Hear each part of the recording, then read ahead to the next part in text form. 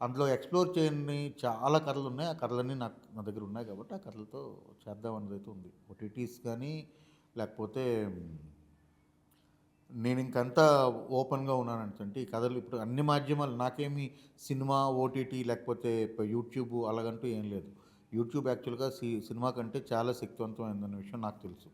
So, future అంతా కూడా యూట్యూబ్‌లోనే ఉంటదన్న విషయం కూడా నాకు ఐడియా ఉంది. హ్మ్.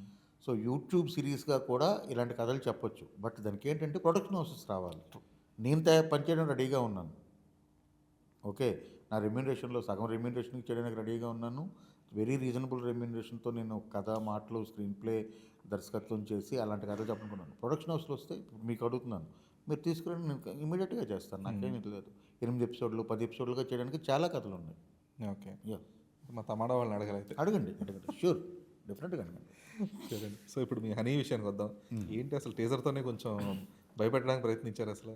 ఆహ్, భయపెట్టింది అంటే అది సంతోషం హ్మ్. యాక్చువల్‌గా. దాని తాలూకా ఇంటెన్షన్ అదే కాబట్టి. True. But thank you. Thanks for the complement అంతే ఇంకేం చెప్పాలి.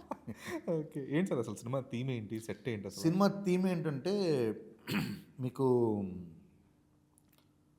మనుషుల్లో ఎంత సైంటిఫిక్ ఇదొచ్చినప్పటికి కూడాను